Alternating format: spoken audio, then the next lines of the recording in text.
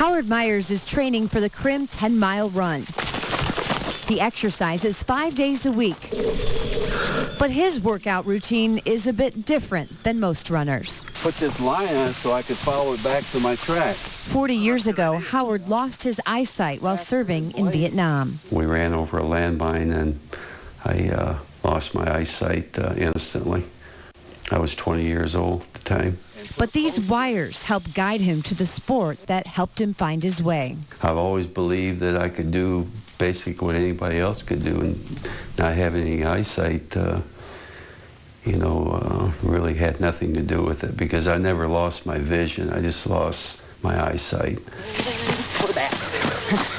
But the vision to be who I wanted to be has always been there. A system much like one used to exercise a horse keeps Howard on the path of a track in his backyard. I have bad days like anyone else, but there are not very many of them, because life is all about choices, and life is about attitude. Seeing has nothing to do with that. It's a lifeline of sorts to the sport Howard's loved since he ran the quarter mile in high school. I mean, exercise is a big part of my life, and without that, I don't think I would be who I am.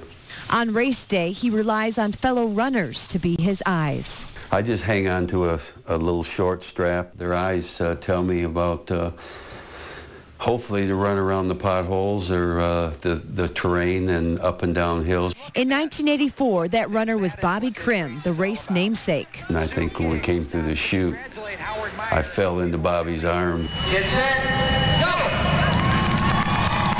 Howard's never seen the mass of humanity that lines up to start the race, or the thousands of fans cheering him on.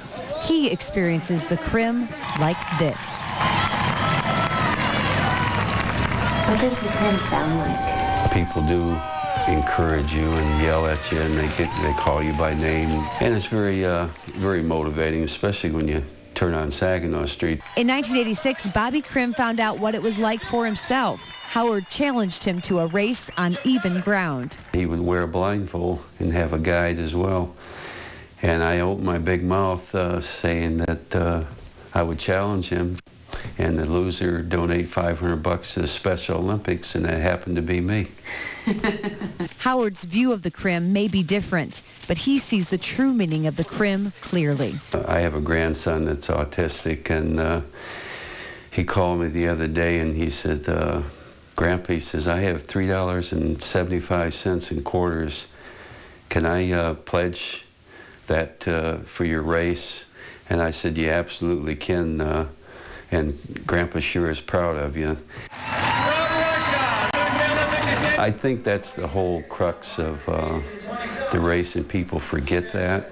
They get out there worrying about their times and their egos and the things that they think is important to them, rather than, the kids and what the whole purpose of the race is about.